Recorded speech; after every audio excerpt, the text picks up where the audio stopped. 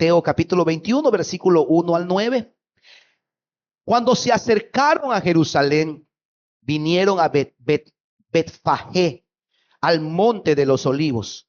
Jesús envió 2 discípulos diciendo: id a la aldea que está enfrente de vosotros, y luego hallaréis una asna atada y un pollino con ella. Desatadla y traédmelos.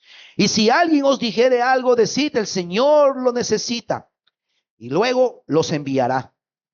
Todo esto aconteció para que se cumpliese lo dicho por el profeta cuando dijo: decid a la hija de Sión, he aquí tu rey viene a ti, manso y sentado sobre un asna, sobre un pollino, hijo de animal de carga.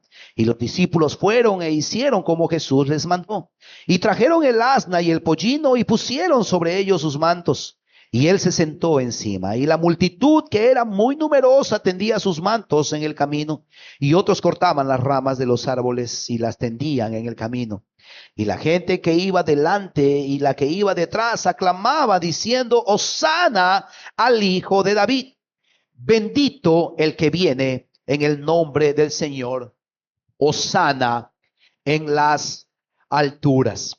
Yo quería hacer un alto en nuestra serie de las bienaventuranzas para ponernos en modo de Semana Santa y hablar algo alrededor del tema de Semana Santa.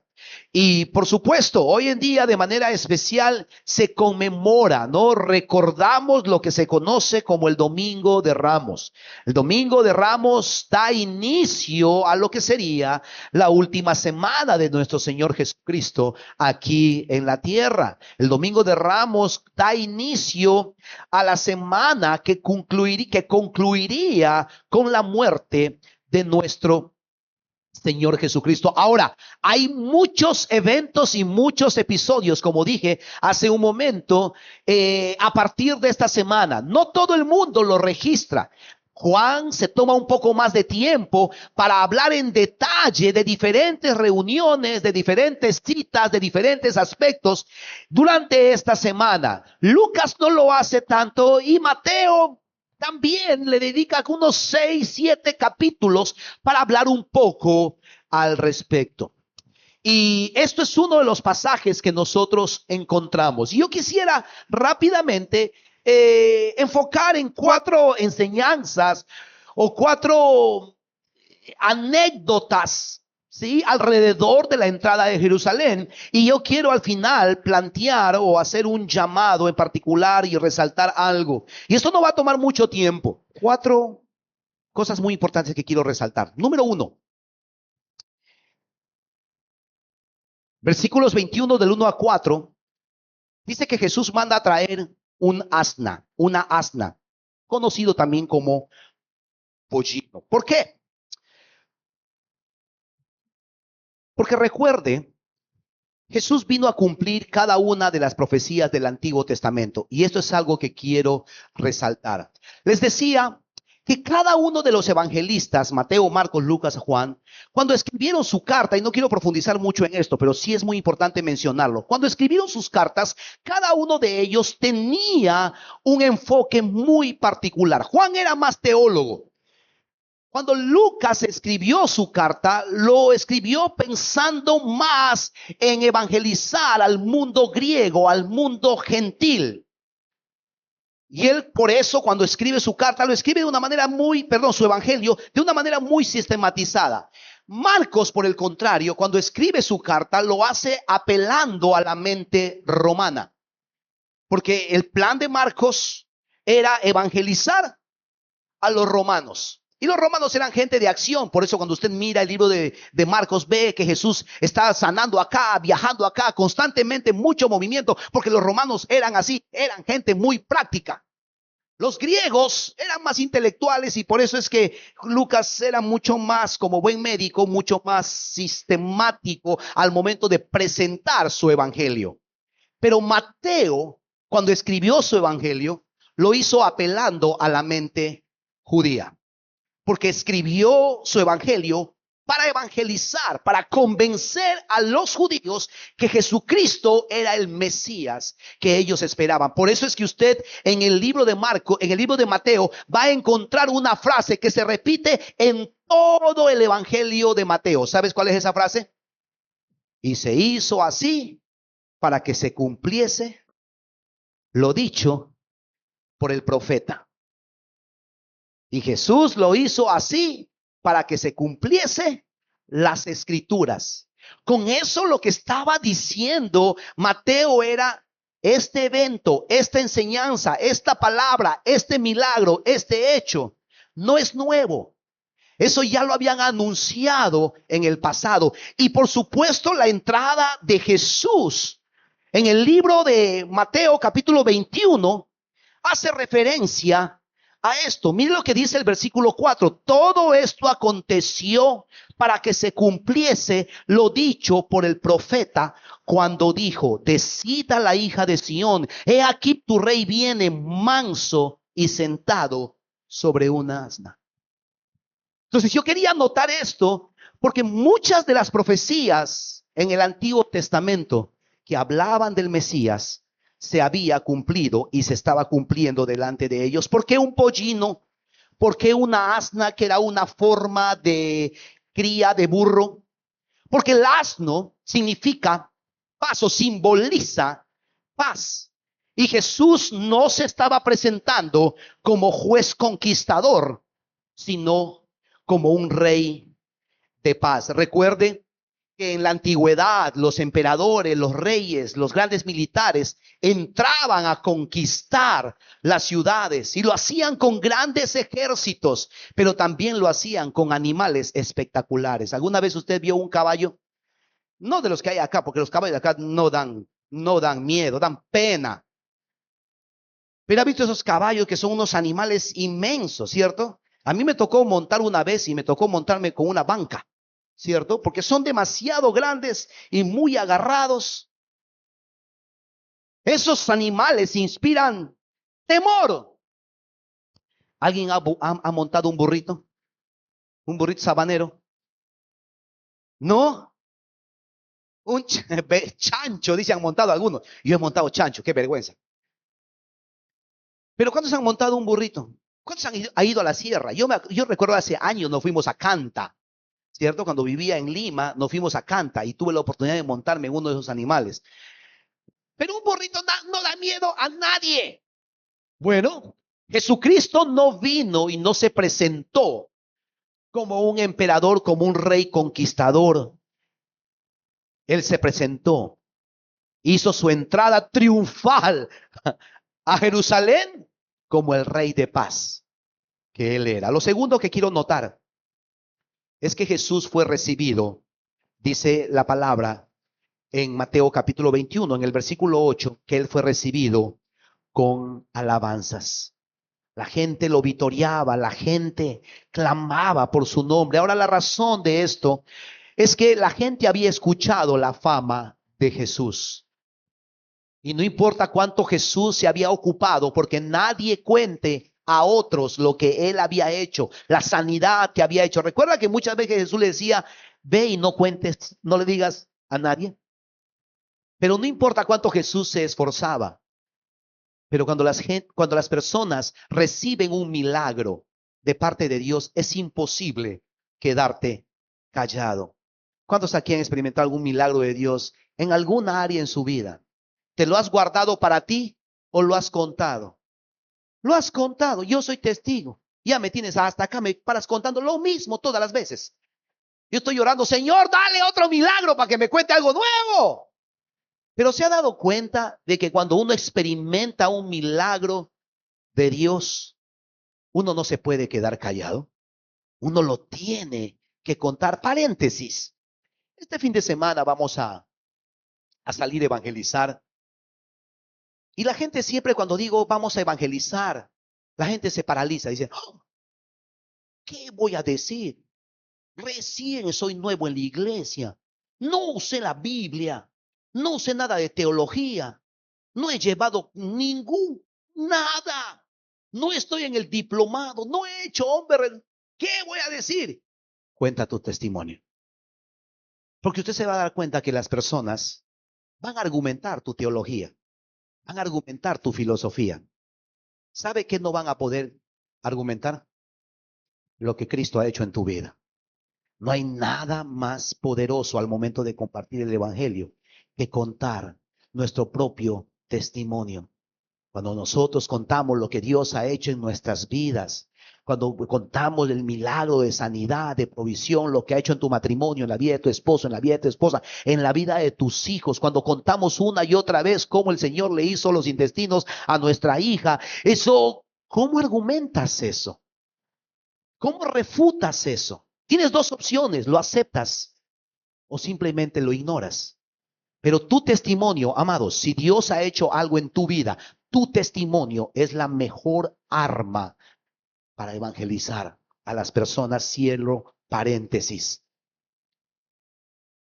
La gente empezó a alabar a Dios porque muchos de ellos, a Jesús cuando entró a Jerusalén, porque muchos de ellos no solamente habían escuchado la fama de Jesús, pero muchos de ellos habían experimentado el poder de Dios de alguna manera. La Biblia dice que ellos echaron sus mantos. ¿Y sabe? Esto era una forma como se recibían a los reyes que conquistaban los pueblos en la antigüedad, tirar sus mantos. Cuando nosotros reconocemos que Jesús es el rey de nuestras vidas, no solamente le rendimos alabanza, sino también nosotros le mostramos reverencia. ¿Sabe? Pensando en el manto, ¿no? Y no quiero, como le dije, esto va a ser rápido. El manto en ese tiempo era una pertenencia o era un objeto eh, muy valioso porque servía para todo. La gente típicamente se vestía con sus túnicas. Eso era el outfit de todos los días. Esa gente no tenía mejor que preocuparse. Todos los días sabían ya qué ponerse. Qué estrés, ¿no? Que nosotros no sabemos qué ponernos. Esta gente su túnica, ¿cierto? Y su manto. Ese manto servía para muchas cosas. Cuando hacían grandes viajes, esos mantos los cubrían del viento. Esos mantos los protegían del frío de la noche. Esos mantos en algunos casos se utilizaban, porque recuerde, cuando la gente especialmente viajaba, y muchos de estos personajes viajaban mucho por negocio, ya sea por un tema de familia, ¿cierto? Muchos de ellos eran negociantes, ya lo dije, y se movilizaban mucho. Eran muy nómadas muchos de ellos, y su manto era el bien más preciado. No había mesa, la gente no iba cargando su mesita de plástico de Sodimac, ¿cierto? Y cuando quería comer, armaba su mesa. No. ¿Qué hacían? Sacudían bien. Ahí, muchachos, la mesa está servida. Muchos hacían negocios porque llevaban sus voltigos. ¿Dónde? No, ahí no había ganchitos para tender. No, no había. ¿Qué hacían? Lo que hacen hoy en día en muchos pueblos. Tiran ahí su plástico en el piso y a la venta. Lo que sea que esta gente, el manto era muy, muy valioso para ellos. Y cuando ellos, en cierta manera, y esto es muy simbólico, dice que tiraban sus mantos mientras Jesús pasaba. En cierta forma, lo que ellos estaban haciendo era honrar a Dios en sus vidas, pero también rindiendo sus vidas al Señor. Esto es muy simbólico, lo que esta gente hizo. No solamente le daba alabanzas, pero también mostraban reverencias a Él al rendir sus vidas de esta manera. Número 3, el versículo 8 dice que habían cortado unas ramas y la rama simboliza victoria. Recuerde, cuando los emperadores, los conquistadores, los militares ganaban y conquistaban pueblos y entraban a la ciudad, era la forma como les reconocían su victoria, una forma de honrarlos al agitar sus ramas que habían cortado. Así se recibían a los reyes que entraban en las ciudades triunfantes. Y por supuesto que los judíos pensaban que Jesús era el rey conquistador, era el Mesías que se había anunciado, y muchos creyeron de que la entrada de Jesús representaba no solamente una libertad militar, pero también una victoria militarmente hablando. Sin embargo, ellos ignoraban que esta victoria no sería militar, sino sería espiritual. Y esa victoria se iba a ganar no solamente con la muerte de su Mesías, sino también con su posterior resurrección. Y el versículo 9 nos muestra un cuarto aspecto de esta historia y tiene que ver con esta palabra, Hosana. Hosana. ¿Sabe qué significa Hosana? Sálvanos, sálvanos. Para entender esto y lo que la gente estaba clamando, o lo que la gente estaba, no digo reclamando, pero era un clamor. Recuerde que Israel estaba bajo dominio romano. Y eso no solamente lo registra la Biblia, pero también la historia universal también lo registra con bastante claridad y con mucha documentación. El imperio romano tenía dominado pues casi todo el mundo conocido de aquella época. E Israel y por supuesto Jerusalén estaba bajo ese dominio. Ahora, los romanos eran amos muy crueles, como muchos imperios que sometían a los pueblos, porque no solamente los cargaban con impuestos. Ahora ya entiende por qué gente como Mateo y como Zaqueo eran odiados, porque ellos eran los recolectores de impuestos. No solamente les cobraban a su propia gente, sino también los cobraban excesivamente. Estafaban a su propio pueblo. No solamente pagaban impuestos, pero también habían unas leyes absurdas para nosotros de pronto, no para los romanos, que hacía que los súbditos, entiéndase, cualquier persona que estaba bajo dominio de los romanos, estaban obligados a cumplir. Por ejemplo, uno de muchos, aparte del castigo, ¿no? Cuando cometían algún crimen que los azotaban de la forma como fue muy bien descrito en la película La Pasión. Eso era una de las formas de castigo y también la crucifixión. Pero habían unas leyes absurdas como por ejemplo, se le obligaba, en este caso, a un ciudadano judío a cargar la carga, valga la redundancia, de un ciudadano romano. ¿Por cuánto? 1 milla. Eso era una ley. Ahora recuerda por qué Jesús le dijo a sus discípulos, cuando alguien te pide llevar su carga por 1 milla, ¿qué tienes que hacer tú? ¿Qué tienes que hacer tú? Paréntesis. Los cristianos siempre hacen más. Los cristianos estamos llamados a hacer siempre un poco más en todo. En tu trabajo, el creyente debe hacer un poquitito más. No debe estar esperando que sea las 5 países, no. Tú deberías ser que hace un poquitito más, ¿cierto? Al momento de servir, siempre debemos hacer nosotros un poquitito más. Eso habla de tu verdadero cristianismo. Pero este tipo de cosas ocurrían y el pueblo de Israel estaba cansado. El pueblo de Israel estaba harto de estos abusos y por supuesto cuando vieron a Jesús y se había profetizado que vendría el Mesías, que vendría el Salvador, ellos comenzaron a clamar, sálvanos. Sálvanos de esta opresión, ya no queremos seguir viviendo, queremos libertad. No queremos pagar impuestos abusivos, no queremos que nos abusen, no queremos ser tratados como animales, no queremos nosotros ser abusados en el día a día. Sálvanos. Cuando se dieron cuenta de que Jesús no iba a liberarlos del yugo romano, ¿sabe qué hicieron? Lo mataron. Una vez más, ellos creían que Jesús venía a liberarlos militarmente, pero Jesús no estaba interesado en eso. Y al darse cuenta de que Jesús no supliría sus expectativas, lo mataron. Terrible, ¿no? Pero déjeme decirle algo. ¿Cuántos de nosotros no queremos que Jesús nos salve? ¿Cuántos nosotros no estamos clamando que el Señor nos eche una manito de alguna forma?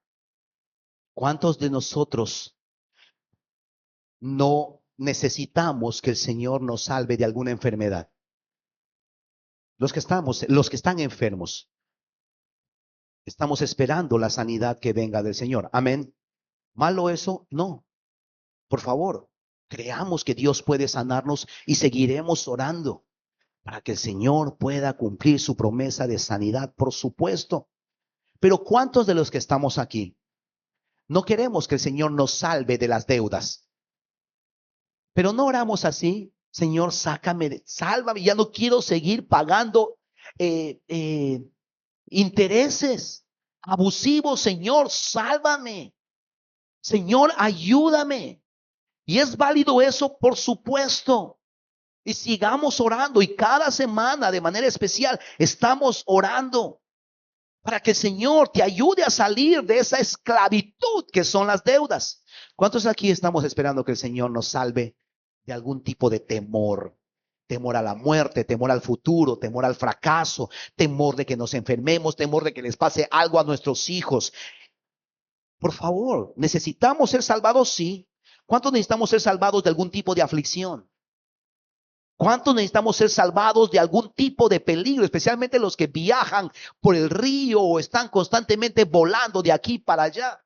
¿Cuántos necesitamos ser salvados de cualquier tipo de peligro, amenaza, asalto que hay hoy en día? Señor, sálvanos, Hosana. ¿Cuántos necesitamos ser salvados en nuestra familia? ¿Cuántos matrimonios necesitan ser salvados? Y estamos diciendo: Señor, sálvanos, Hosana, salva a mi familia, salva a mis hijos, salva a mi matrimonio, sálvanos. Hosana, Hosana, sálvanos. Ahora, ¿por qué digo esto? Y quiero ir cerrando porque esto es el corazón del mensaje en realidad. Mucha gente, escuche bien esto, mucha gente se acerca a Jesús, lo busca, lo alaba, ora al Señor con pasión, empieza a venir a la iglesia, empieza a buscar de Dios a través de su palabra. Pero cuando no reciben lo que quieren, hacen lo mismo que los judíos con Jesús: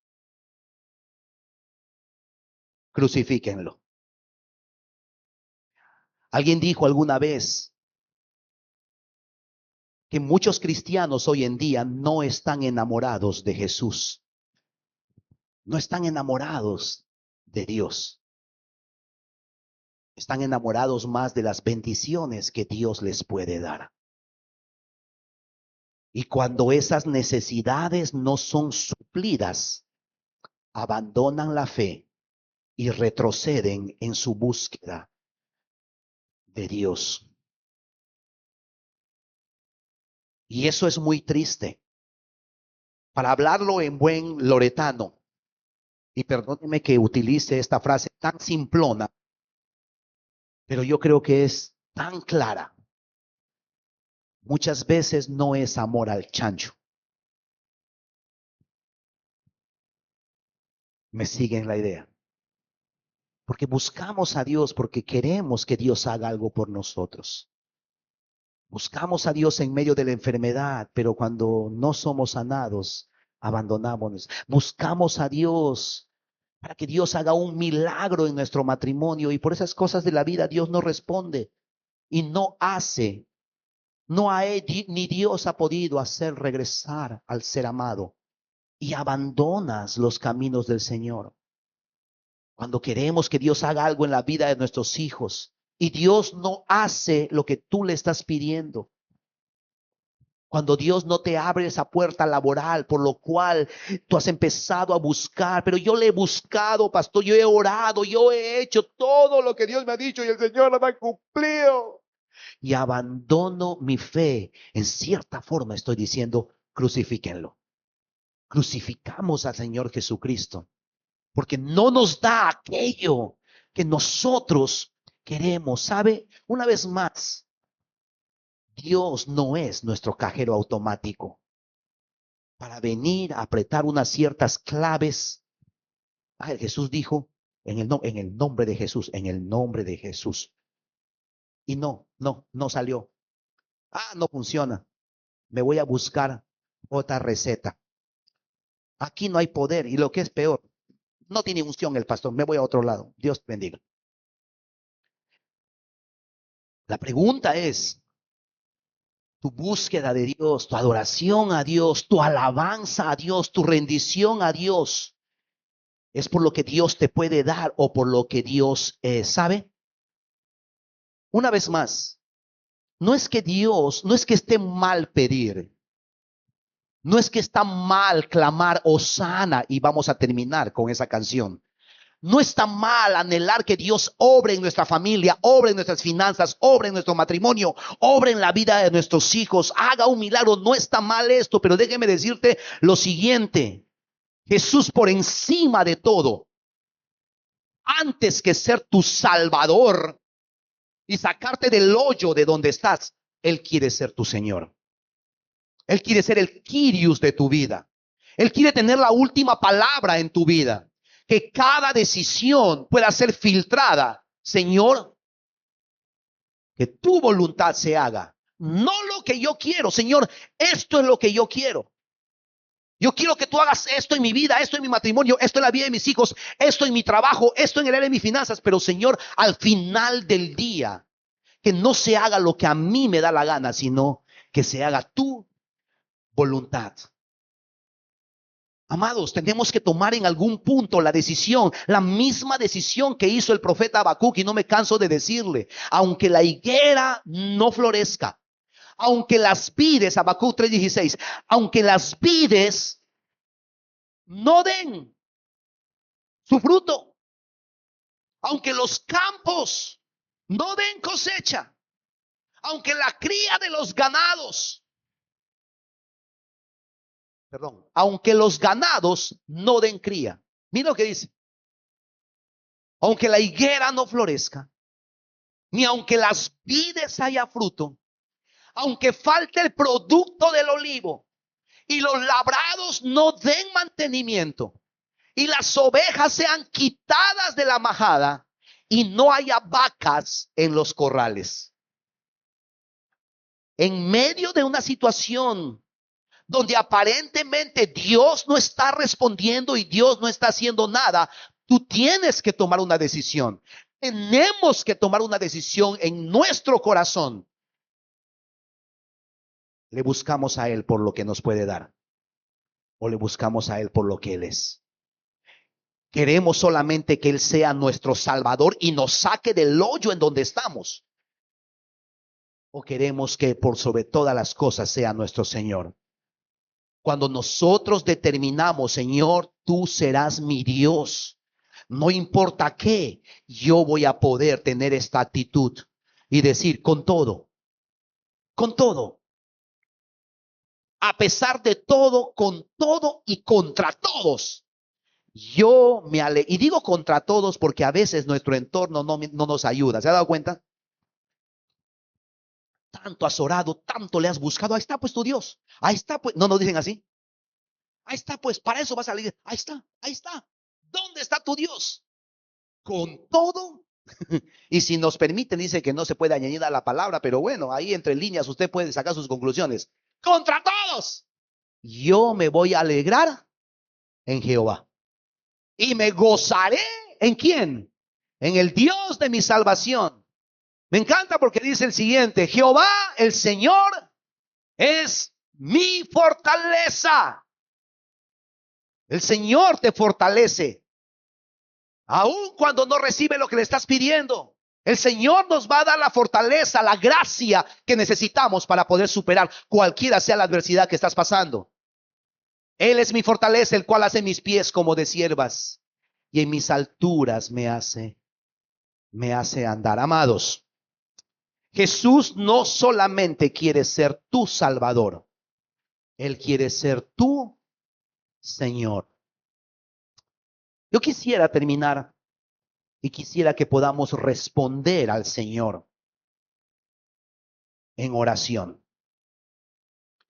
Ahora, esta oración que voy a dirigir, o que me gustaría que hagas y después voy a dirigir, no es la típica oración donde le estamos diciendo al Señor, Señor Jesús, entra en mi corazón, te recibo como mi Señor. Porque yo sé que muchos de nosotros hemos recibido a Cristo y somos hijos de Dios. Amén. Si usted no ha recibido a Cristo, hoy será una gran oportunidad. Si usted no ha hecho de Cristo su Señor y su Salvador, hoy será una gran oportunidad y habrá un espacio para eso. Pero a pesar de que tú has recibido a Cristo hace algunos años atrás,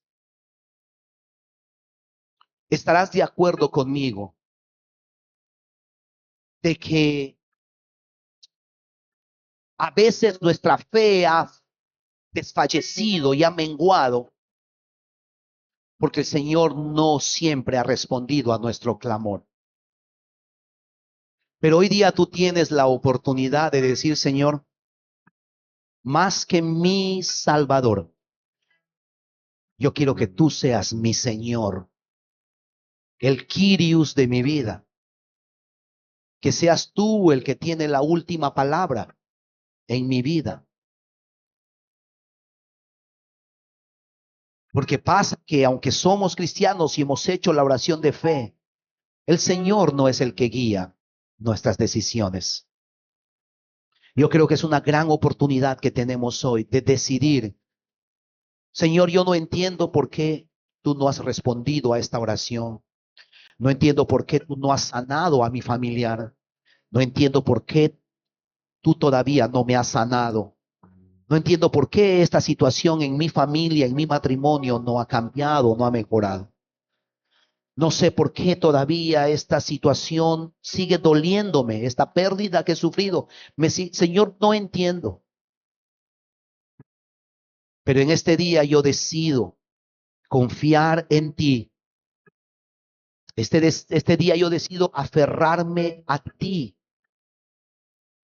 y decido que tú vas a ser mi Señor. En primer lugar vas a ser mi Señor antes que mi Salvador. Señor, reconozco que tú también quieres salvarme, pero también entiendo ahora, Señor, que tú primero quieres ser el que gobierna mi vida. Señor, gobierna mi vida. Gobierna nuestras vidas. Puedes hacer esa oración allí donde estás. Y si tú nunca le has entregado el señorío de tu vida a Dios, hoy es una gran oportunidad. Ora allí al Señor, haz conmigo esta oración. Si tú nunca le has entregado el señorío de Dios, el señorío de tu vida a Dios, dile, Señor Jesús, yo te entrego mi vida para que seas mi Dios y mi Señor. Gobierna mi vida. Guíame por el camino eterno. Yo me arrepiento de mis pecados y con seguridad me someto a ti. En el nombre de Jesús. Señor, gracias. Gracias te damos. Y si tú estás acá e independientemente de que si algún momento de tu vida has hecho esta oración de fe, independientemente de eso, si estás acá y dices, Señor, yo quiero que tú seas el Señor de mi vida. Yo quiero que tú seas primero el Señor de mi vida. Si esa es tu oración en esta mañana, ponte de pie allí donde estás. Si eso es lo que tú estás decidiendo en esta mañana, que en el día a día